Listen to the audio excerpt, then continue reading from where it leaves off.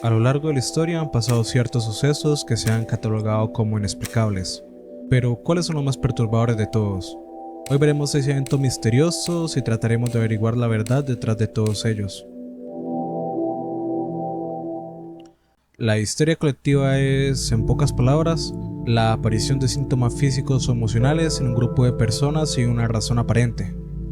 A lo largo de la historia han habido muchos casos de esta cosa, pero el que estoy a punto de mostrarle no solo es el más famoso de todos, sino que también ha permanecido como un misterio a pesar de que han pasado siglos desde que sucedió.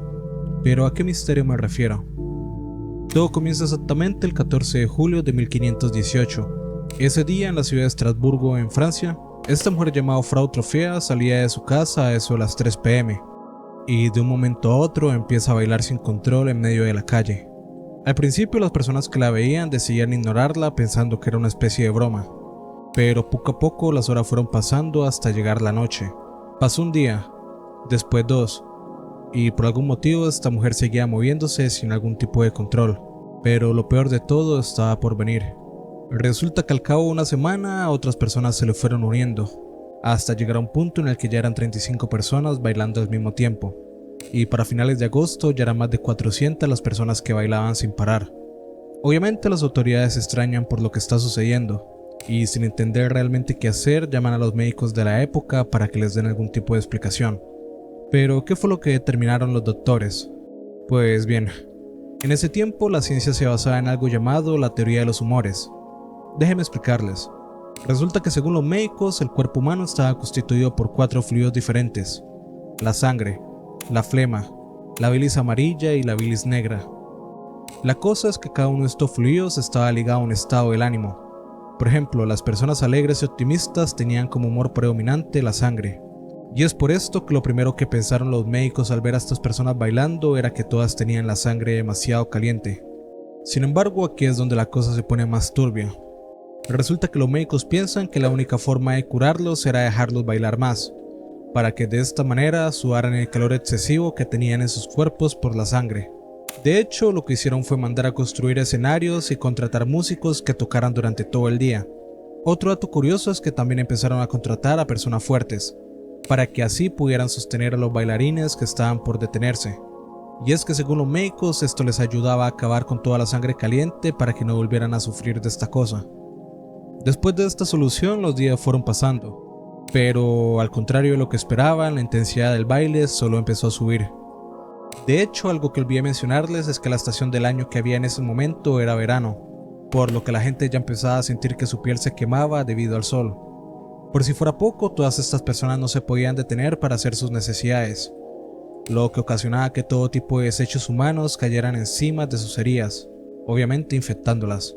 Con el tiempo, muchas personas empezaron a fallecer debido a infartos, infecciones en los pies, desangramiento o cualquier otro motivo. Y lo más loco es que muchas de estas personas que aún seguían vivas empezaban a implorar misericordia a un santo llamado San Vito. Pero, ¿quién era este? Resulta que en este sitio específico se hacía una celebración cada 15 de junio en conmemoración a este hombre. De hecho, se tenía la superstición de que si por algún motivo lo hacías enojar, este te maldeciría obligándote a bailar hasta la muerte. Bien, resulta que ese año en específico Estrasburgo estuvo marcado por el hambre y la muerte, lo que desató que muchas personas faltaran a la celebración de este santo debido a las necesidades que estaban pasando. Todo esto ocasionó que muchos de los bailarines empezaran a creer que la maldición de San Vito era la que las estaba haciendo bailar, y esto mismo desencadenó la siguiente parte de la historia. Los médicos se dieron cuenta de que el plan de los escenarios había fracasado, y es por esto que obligaron a los sobrevivientes a ir al santuario de San Vito ubicado en un sitio llamado la Colina de los Vosgos. Una vez que las personas llegaron, se les lavaron los pies heridos con agua y aceite bendito, y posteriormente les pusieron unos zapatos rojos ajustados para que siguieran bailando en este sitio. Al mismo tiempo que las personas bailaban, se empezaban a hacer misas y súplicas al santo, y después de muchos días haciendo este ritual, finalmente las personas empezaron a dejar de bailar. Para inicios de septiembre, todo el brote de la epidemia de baile había terminado, y hasta el día de hoy no se sabe exactamente cómo es que las personas lograron soportar todo este tiempo bailando, pero obviamente hay muchísimas teorías. La más conocida de todas es el ergotismo. Verán, esta teoría sugiere que la plaga fue causada por un hongo, específicamente uno llamado el cornezuelo. Esta clase de hongo crece en veranos húmedos, y es más factible que se dé en el centeno, el cual era el cereal principal con el que se preparaba el pan para los pobres de esa época. Por si fuera poco, este hongo contiene alcaloides, el cual es el mismo componente con el que se deriva el LSD, es decir, la droga. En pocas palabras, la teoría nos dice que el pan fue el que envenenó a estas personas y las hizo alucinar. Pero hay un problema, y es que este mismo hongo impide que la sangre se desplace a las extremidades, incluyendo obviamente las piernas. Lo que quería decir que si realmente fue este hongo el que envenenó a las personas, entonces no pudieron haber bailado tanto tiempo. Otra teoría mucho más fácil de explicar nos dice que el baile fue provocado por la psicosis de la época, y es que muchas personas estaban bajo un gran estrés debido a la hambruna que se estaba pasando en esos momentos. Lo cierto es que nadie sabe hasta el día de hoy qué fue lo que ocasionó este baile, y es posible que siga siendo un misterio por muchísimos siglos más. Pero ahora veamos el siguiente caso inexplicable. ¿Crees en la reencarnación? Yo en lo personal no suelo pensar mucho en ese tipo de cosas, pero lo cierto es que el misterio que veremos a continuación me hizo dudar un poco acerca de este tema. Bien, todo empieza en Hexham, Inglaterra, y el año es 1945. John y Florence Pollock eran esta pareja bastante feliz y creyente que deseaban convertirse en padres. Después de varios intentos fallidos, finalmente tienen a su primera hija en 1946, a la cual llaman Joanna, y esta sería su única hija hasta 1951, cuando vuelven a tener otra bebé que llaman Jacqueline. Ahora, para este punto, ambas hermanas empezarían a volver bastante unidas, y para 1956 las niñas ya contaban con 11 y 6 años respectivamente. Ahora, ¿recuerdan cuando les dije que la familia era muy creyente? Pues resulta que todos solían ir a la iglesia de Santa María cada domingo. Sin embargo, lo que ocurriría el 5 de mayo de este año cambió totalmente todo. Ese día toda la familia se estaba alistando para ir a la iglesia como de costumbre, solamente que esta vez habían invitado a un compañero de sus hijas llamado Anthony Leiden. Es por este motivo que tanto John como Florence le permitieron adelantarse a los niños para tomar los mejores asientos. Pero el problema viene cerca de las 11 de la mañana. Resulta que los tres niños estaban pasando por Abbey Road, cuando de repente un automóvil sin control aparece a toda velocidad. Lamentablemente este último terminó atropellando a los tres pequeños, terminando instantáneamente con la vida de Joanna y Jacqueline, y lastimosamente el pequeño Anthony terminó muriendo momentos después mientras era trasladado al hospital. Un dato curioso es que la persona que los atropelló era una mujer llamada Marjorie Wynne. Resulta que esta mujer había sido separada de sus hijos recientemente, lo que la hizo caer en un estado profundo de depresión. Y aunque en un principio podríamos pensar que esto fue un accidente, la verdad es que no fue así. Resulta que ese domingo la mujer estaba saliendo de su casa en su Ford Zephyr mientras consumía fenobarbital, la cual era una medicina usada en esa época para tratar la ansiedad y la depresión. Por algún motivo esta mujer entró en un brote psicótico al ver a los niños cruzando la calle, por lo que sin dudarlo dirigió su carro hacia ellos. A día de hoy no se sabe realmente qué fue lo que pasó con ella después de este incidente, pero se dice que no fue juzgada como alguien mentalmente estable, lo que en pocas palabras la terminó excluyendo de cualquier tipo de culpa. Pero sigamos con la historia. Obviamente todo este suceso devastó a ambos padres, pero afortunadamente solo un año después Florence volvió a quedar embarazada, pero el más emocionado sin duda era John, quien por algún motivo tenía el presentimiento de que las bebés serían gemelas. Sin embargo, después de un análisis, el doctor encargado les dijo que solo escuchaban un corazón, y a partir de aquí empiezan los sucesos extraños. Verán, resulta que John empieza a tener sueños bastante curiosos. Según lo que él contaba, en estos sueños solía ver a las dos niñas dentro de su esposa, e incluso decía que a veces oía una voz que le aseguraba que sus hijas no solo serían gemelas, sino que además serían las mismas Joanna y Jacqueline. Sin embargo, el tiempo fue pasando, y llegamos al 4 de octubre de 1958. Este día Florence entra en labor de parto, y después de aproximadamente una hora pudo tener una bebé a la cual llamaron Gillian. Sin embargo, los médicos se percatan que el parto aún no había acabado, y después de unos minutos sale otra bebé, a la cual llaman Jennifer. Lo más loco viene a continuación, y es que los médicos dicen que las niñas son gemelas, pero además de eso empiezan a notar cosas bastante inusuales. Por ejemplo, Jennifer, que era la más pequeña de las dos, nació con una marca en la frente, otra en la pantorrilla y un lunar cerca de la base de la cintura. Ahora resulta que todas estas marcas las compartía con Jacqueline, es decir, su hermana fallecida. Por el lado de Gillian pues no tenía ninguna marca representativa, pero lo raro es que su otra hermana fallecida llamada Joanna tampoco tenía ninguna. Poco a poco las gemelas fueron creciendo, mostrando una relación muy similar a la que tenían sus anteriores hermanas. De hecho, cuando Glenn y Jennifer cumplieron 3 años, la familia decidió regresar a Hudson, ya que anteriormente se habían ido de ahí para tratar de olvidar el accidente de sus hijas. Lo extraño es que a pesar de que las niñas nunca habían estado allí, empezaron a identificar lugares que supuestamente conocían, como por ejemplo la escuela a la que asistían sus hermanas fallecidas, el parque donde éstas solían jugar, e incluso las calles que caminaban cada domingo cuando iban hacia la iglesia. En otra ocasión pidieron juguetes específicos que habían pertenecido a Joanna y Jacqueline. Los juguetes en sí eran un oso llamado Teddy y una muñeca llamada Mary, los cuales estaban guardados en el ático desde hacía años. Lo loco es que apenas recibieron estos muñecos volvieron a nombrarlos con los mismos nombres que ya tenían antes. Otra cosa bastante inusual es que ambas tenían un miedo bastante grande a los autos, y es que cada vez que escuchaban uno parecían asustarse bastante, casi como si fuera algún tipo de fobia. Otra cosa bastante curiosa es que a veces eran escuchadas por sus padres teniendo conversaciones sobre el accidente de sus hermanas, refiriéndose ellas mismas como las víctimas de ese evento. En pocas palabras, parecía que las nuevas hijas Pollock eran realmente la reencarnación de las fallecidas, y esto llevó a que el caso empezara a ser estudiado por bastantes científicos y médicos famosos. Por ejemplo, uno de los más representativos de todos es el Dr. Ian Stevenson, quien dedicó 40 años de su vida a estudiar más de 2.500 casos de niños que recordaban sus vidas pasadas. Lo curioso es que el caso de las hermanas Pollock fue el más conocido de todos. Sin embargo, después de años siguiéndolo e investigándolo, concluyó que no había una forma racional de explicar todo lo que había presenciado, sugiriendo que quizá este sí era un caso real de reencarnación. Sin embargo, el tiempo fue pasando, y al cumplir los 6 años los recuerdos de ambas niñas empezaban a desvanecerse. Tanto Gillian como Jennifer crecieron normalmente, y hoy día son mujeres adultas, y admiten no recordar casi nada de su supuesta vida pasada. En sí, el caso de las hermanas Pollock es un misterio hasta el día de hoy, y aunque muchas personas lo han intentado desmentir o explicar, lo cierto es que ninguna ha tenido éxito. Pero el siguiente caso es muchísimo más misterioso que este. Objeto volador no identificado. Es normal que tanto tú como yo hayamos escuchado en algún momento sobre este concepto. En pocas palabras, se refiere a cualquier anomalía aérea que no puede ser explicada de forma sencilla, ni siquiera después de una extensa investigación.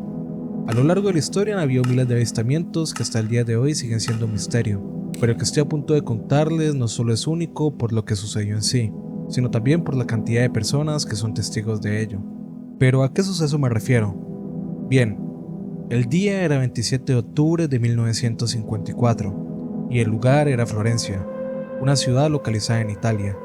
Ese día se jugaba un partido entre el Fiorentina y el Pistoiese, y el estadio del encuentro sería el Artemio Franchi. Este sitio tenía la capacidad para más de 40.000 personas, pero ese día solamente habían asistido 10.000 para ver el partido. Cerca de la 1:20 el partido empieza con normalidad, y el primer tiempo transcurre sin que suceda algo inusual. Sin embargo, cerca de las 12:20 de la tarde, mientras se disputaba el segundo tiempo, es donde empieza lo extraño. Verán, resulta que de un momento a otro se escucha un estruendo bastante fuerte en dirección al cielo, lo que causa que muchas personas piensen que va a llover. Es por esto que alzan la mirada para esperar el agua, y sin embargo lo que vieron era algo que no esperaban presenciar. Ahora, sea lo que sea que las personas estaban viendo, hizo que algunas empezaran a correr. Incluso los mismos jugadores detuvieron el partido debido a todo lo que estaba aconteciendo. Pero, ¿qué era esta cosa que todos estaban viendo? Resulta que lo que todos miraban eran unos objetos extraños sobrevolando la ciudad. Ahora, estos objetos tenían distintas formas. Por ejemplo, según los reportes oficiales, habían algunos que eran platillos volantes, mientras que otros parecían huevos metálicos. Algunos más extraños tenían una forma cilíndrica, similar a los puros cubanos. Y un dato extra es que no solo eran uno ni dos objetos, realmente se dicen que era más de una docena, y absolutamente todos estaban sobrevolando a gran velocidad. Después de unos minutos que parecían eternos, finalmente estos objetos se detienen en seco, y es aquí donde las personas empiezan a escuchar un ruido similar a la estática. Cuando este sonido acaba, muchos volvieron a mirar al cielo, pero extrañamente ya no había ningún objeto. Sin embargo, es aquí donde empieza el detalle más inusual de toda esta tarde, y por el que este caso se hizo tan famoso e inexplicable. Resulta que en un momento después de todo este caos, una extraña sustancia comienza a caer del cielo. Ahora, esta cosa era como una especie de hilo o fibra, De hecho, los testigos que la describieron dijeron que era como una especie de cabello de ángel, ya que, como podemos ver, parecía ser un pelo blanco, viscoso y brillante. Cada una de estas fibras parecía medir entre 10 a 20 centímetros, y por si fuera poco, cubrían casi todo el estadio. De hecho, todos los asistentes y jugadores quedaron llenos de este misterioso material, pero todavía hay más. Resulta que cuando la gente intentaba recoger esta fibra, se daban cuenta que el material se evaporaba al contacto con ellos. Afortunadamente, un estudiante de ingeniería llamado Altero Levi logró atrapar uno de estos filamentos en un frasco de vidrio, y luego de esto se dirigió al laboratorio de la Universidad de Florencia. Es aquí donde le entrega la sustancia a un profesor llamado Giovanni Caneri, el cual sin dudarlo le empieza a hacer estudios a esta extraña sustancia. Ahora es aquí donde pensaríamos que este suceso solamente pasaría una vez en toda la vida, ¿verdad? Pues resulta que solo un día después hubo un avistamiento exactamente igual en la ciudad de Prato. Primero, muchas personas vieron objetos extraños sobrevolando la ciudad, y momentos después este extraño material empezó a caer sobre toda la ciudad. Obviamente este caso se empezó a hacer famoso en ese tiempo debido a lo inusual que era todo, y es por eso que salieron muchos intentos de explicación a lo que realmente había acontecido. La más famosa de estas teorías es el ballooning. Verán, el ballooning es un fenómeno natural perteneciente a las arañas migratorias.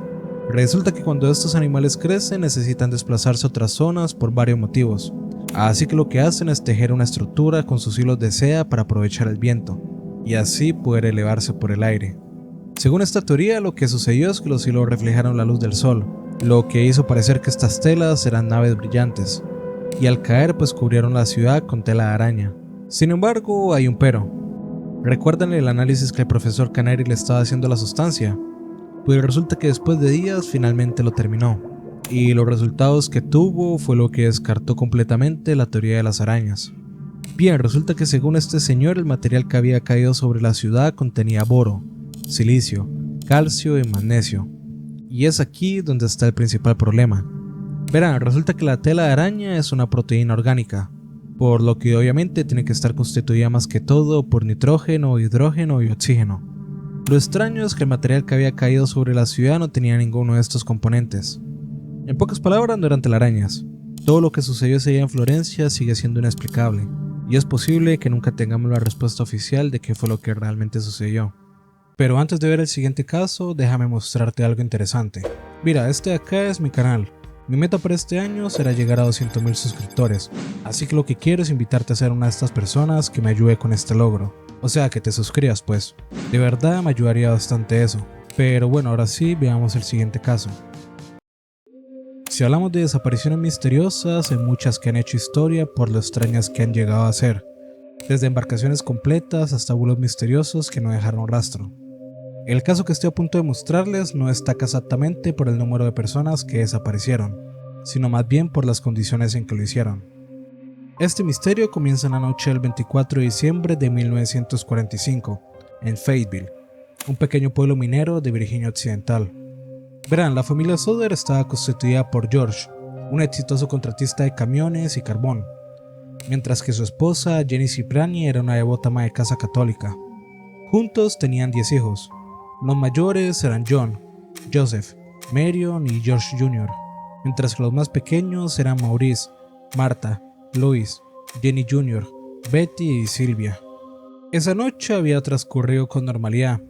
De hecho, Marion, que era la hermana mayor, había comprado regalos para sus hermanos más pequeños. Esto hizo que los niños le pidieran a Jenny, es decir, su madre, que los dejara quedar despiertos hasta tarde.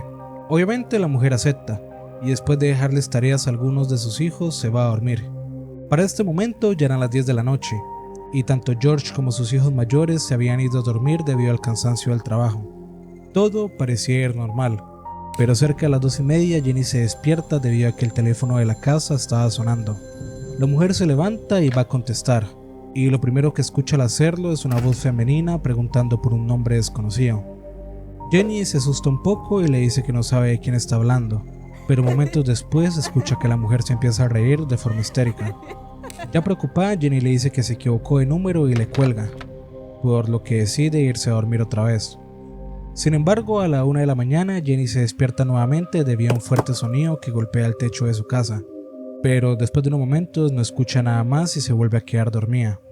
Sin embargo, este sería el peor error que cometería. Verán, solo media hora después la mujer se despierta nuevamente, solamente para descubrir que todo su cuarto huele demasiado a humo. Rápidamente se da cuenta que este olor proviene de la habitación que su marido usaba como oficina.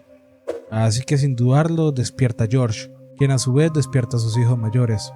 Ambos padres y 4 de sus hijos escapan de la casa, pero rápidamente se dan cuenta que los niños más pequeños no habían salido de ahí. Es aquí cuando George intenta subir al segundo piso de la casa para salvar a sus otros hijos, pero lamentablemente la escalera de la sala estaba completamente en llamas. Al no ver otra salida, uno de los hijos de George entra a la casa e intenta usar el teléfono del primer piso para pedir ayuda, pero por algún motivo este no funcionaba. Afortunadamente un conductor que pasaba por ahí logra comunicarse con los bomberos usando el teléfono de una tienda apartada. Pero mientras todo esto sucedía, George busca una escalera que siempre tenía apoyada a un lado de la casa para trabajar. Sin embargo, después de unos minutos buscándola no la encuentra por ningún lado. Con desesperación todos van en busca de un barril de agua que se usaba para regar las plantas del jardín, pero al llegar donde lo tenían guardado se dan cuenta que el agua dentro de él estaba completamente congelada. Sin más alternativa, George trata de encender los 2 camiones que usaba en su negocio y usarlos para subir a la ventana del ático, pero ninguno de ellos quería arrancar, a pesar de que el día anterior no habían presentado ningún tipo de falla. Frustrados, los 6 Sawyer que habían escapado se quedan mirando a su casa ardiendo durante 45 minutos. Ahora, los niños que se habían quedado dentro de la casa eran Maurice de 14 años, Marta de 12, Lois de 9, Jenny de 8 y Betty de 5. Finalmente los bomberos llegan a las 8 de la mañana, es decir, 6 horas después de que el incendio había terminado, pero para este punto ya no podían hacer más que buscar los restos de los 5 niños. Sin embargo, aquí es donde pasa lo más loco de este caso. Miren, aunque no parezca, los huesos humanos son más resistentes de lo que parece. Para empezar, se necesita 1000 grados centígrados que quemen durante horas para que estos se puedan pulverizar, y así volver ceniza. Es poco común que un incendio provocado en una casa llegue a desaparecer totalmente un cuerpo humano.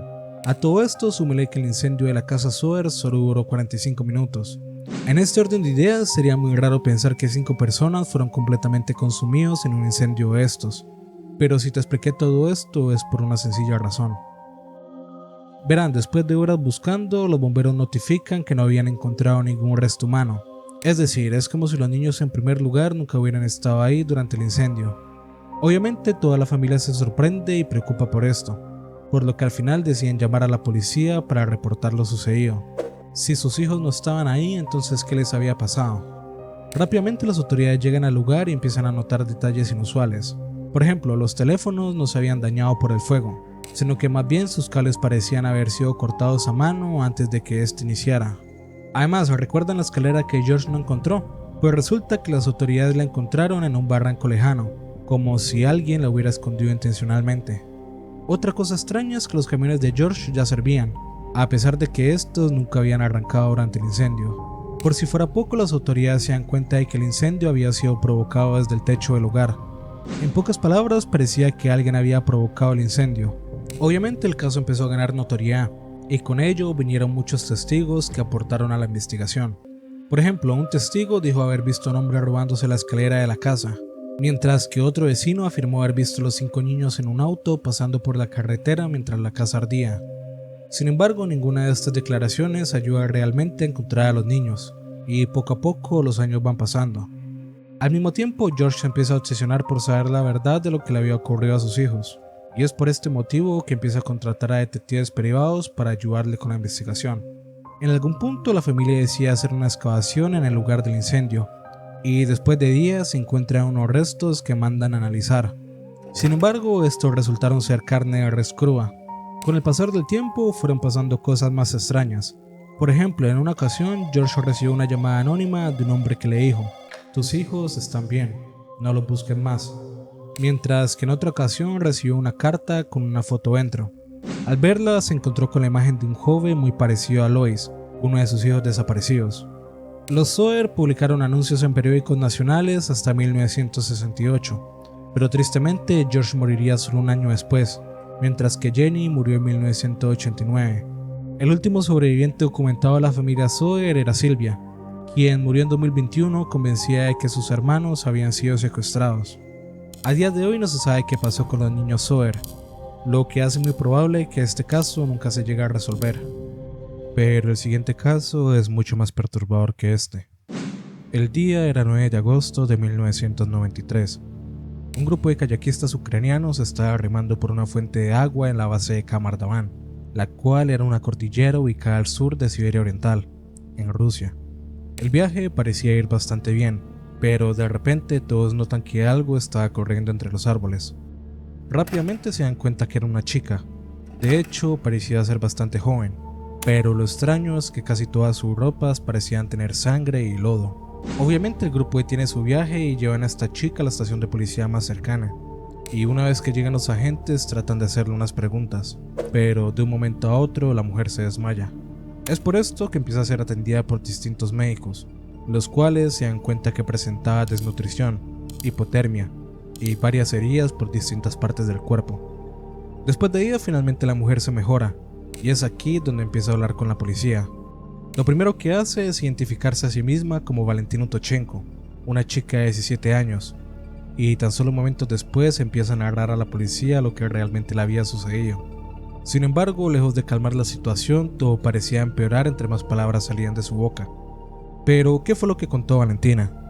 Pues bien, resulta que solo 7 días antes de que Valentina fuera encontrada, es decir, el 2 de agosto de 1993, un grupo de excursionistas empezó una exploración por todo Kamardavan.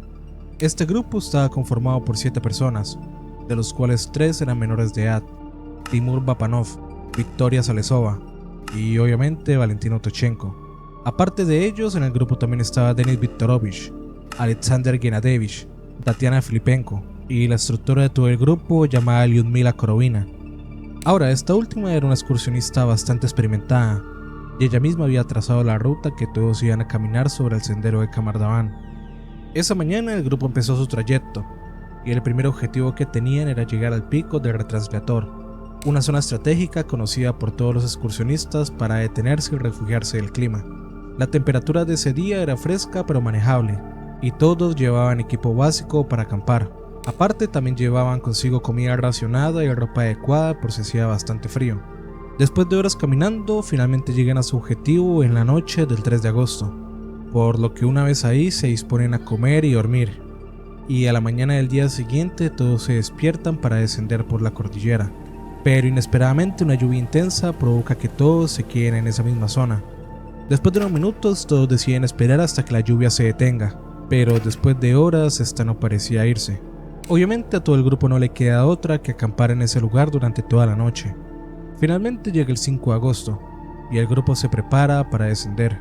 Ahora, para este momento la lluvia todavía seguía. De hecho, era muchísimo más fuerte que el día anterior, pero es aquí donde debo mencionarles algo importante que no les dije antes. Verán, resulta que en esos días habían otros 2 grupos de excursionistas en esta cordillera. Uno de ellos estaba dirigido por una joven llamada Natalia Korovina, es decir, la hija de Lyudmila. La idea desde el principio era que ambos grupos se encontraran el 5 de agosto en un punto acordado, pero lamentablemente es aquí donde lo extraño comienza. Verán, Lyudmila le indica a sus compañeros que a pesar del clima deben descender para encontrarse con el grupo de su hija, así que los acomoda en una fila india detrás de ella, quedando Alexander de último. Después de unos pocos minutos caminando, este hombre empieza a jadear pesadamente. Sin embargo, aquí es cuando todos se dan cuenta de algo extraño. Resulta que Alexander estaba sangrando por sus ojos, oídos y nariz. Rápidamente Lyudmila se acerca a él para intentar ayudarlo, pero por algún motivo esta empieza a convulsionar y a padecer los mismos síntomas que tenía Alexander. Después de aquí la cosa solo empeora. Resulta que Victoria y Timur empiezan a sangrar de manera parecida como lo habían hecho los otros 2, con el agregado que esta vez se agarraban sus propias gargantas como si no pudieran respirar. Uno de los pocos que parecía estar bien era Denis, pero al ver todo este caos empezó a huir descendiendo rápidamente de la montaña. Mientras esto sucedía, otra miembro del grupo llamada Tatiana comenzó a seguirlo, pero sin embargo se tropieza y por algún motivo se empieza a quitar toda la ropa que llevaba, para posteriormente coger toda la nieve que encontraba y untársela en su cuerpo. Unos segundos después Tatiana se da cuenta de una roca cercana, por lo que va hacia ella arrastrándose, y después de llegar empieza a golpear su cabeza contra ella en repetidas ocasiones, hasta que finalmente muere. Por algún motivo Denis vuelve al lugar y ayuda a Valentina, por lo que ambos empiezan a bajar por la cordillera. Sin embargo, no pasó mucho tiempo para que Denis cayera enfermo, Al ver esto, Valentina trata de ayudarlo, pero lastimosamente Denise muere. Momentos después, la mujer empieza a vagar por toda la zona durante varios días, hasta que finalmente unos kayakistas la encuentran y rescatan el 9 de agosto, es decir, 4 días después de la muerte de sus compañeros. Y aquí es donde volvemos al principio de la historia. Al escuchar esto, la policía queda horrorizada, así que empiezan una búsqueda para hallar los cuerpos y comprobar la historia de Valentina.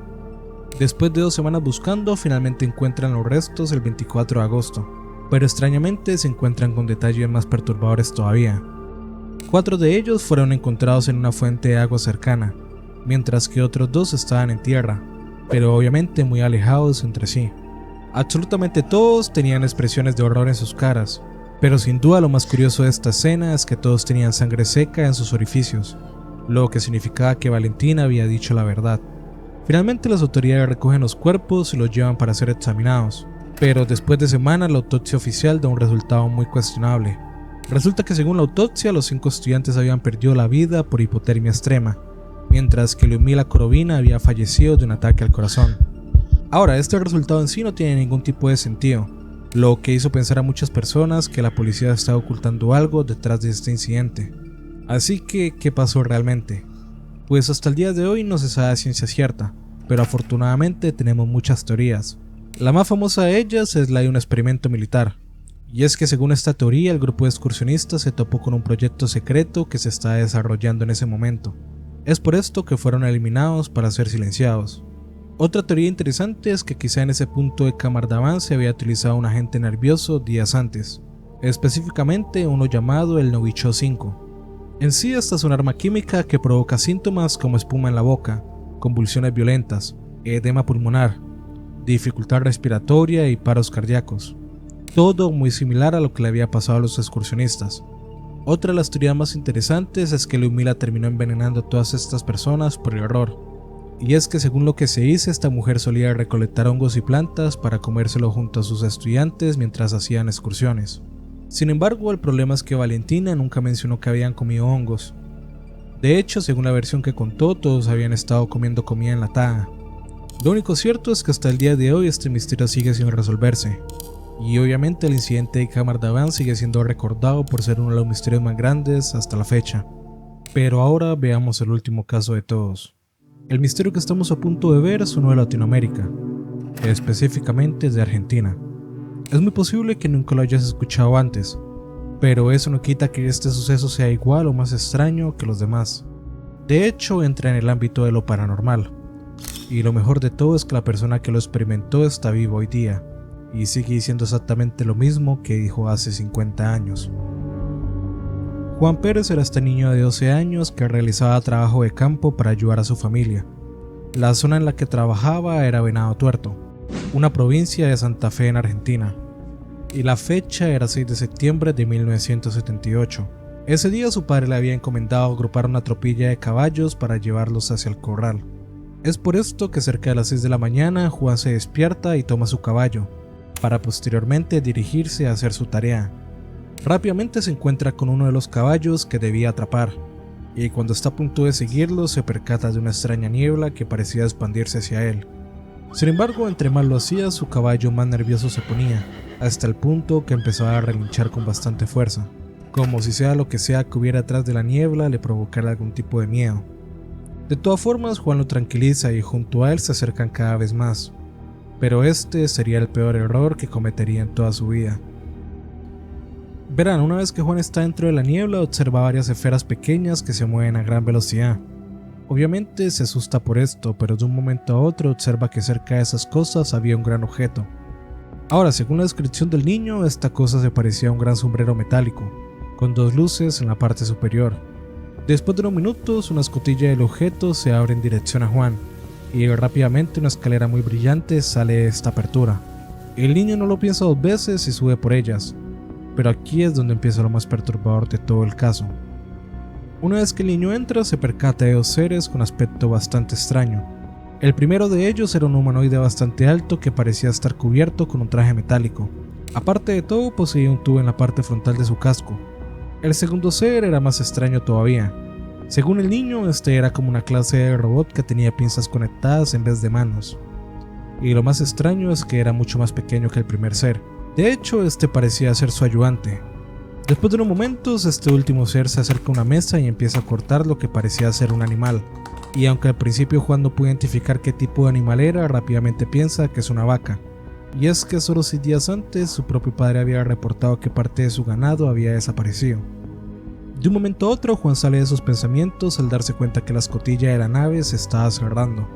Así que muy asustado sale corriendo rápidamente fuera de ella, llegando nuevamente al exterior. Nervioso, Juan intenta subirse a su caballo, pero de un momento a otro se percata que el ser alto que había visto dentro de la nave lo había seguido hasta afuera, quedando a unos pocos centímetros de él. Para este momento el caballo de Juan estaba muy intranquilo, pero lo que pasaría a continuación es más extraño todavía. Verán, resulta que este ser acerca una de sus manos al caballo de Juan, poniéndolo en un estado de tranquilidad. Posteriormente el ser se quita uno de sus guantes y se lo entrega al niño como forma de regalo. Pero lo más extraño es que según Juan la piel de esta cosa tenía una tonalidad verdosa. Aparte, otra cosa rara que Juan había notado es que sus dedos eran bastante filosos. Después de esto, el ser levanta a Juan para subirlo a su caballo, pero sin querer le causa unas heridas en el brazo debido a los dedos filosos que tenía. Una vez arriba del caballo, Juan escapa junto al guante que el ser le había dado, pero cuando iba a mitad de camino se da cuenta que tras de él habían 2 naves siguiéndolo rápidamente. De un momento a otro en cada una de estas naves sale un objeto. Uno de ellos era una especie de rectángulo, mientras que el otro parecía ser la mitad de una esfera. Estos 2 objetos se unen en el aire, y posteriormente se empiezan a acercar a Juan. Poco a poco el guante que el ser le había dado al niño empieza a levitar en el aire, y después de unos momentos se une al nuevo objeto. Después de unos minutos el niño llega a su casa demasiado asustado y le cuenta todo a su padre, pero este no le cree nada y le regaña por no haber podido agrupar a la tropilla. Lo más loco de todo es que su padre le recrimina al haberse demorado varias horas, pero el problema es que para Juan solamente habían pasado unos 15 minutos. Después de este suceso el niño empieza a tener sueños extraños, al punto de no poder dormir en algunas noches por el miedo que la experiencia le había dejado. Sin embargo, el caso poco a poco empieza a hacerse conocido, lo que provoca que el mismo Juan sea entrevistado para declarar todo lo sucedido. Pero esto no es todo.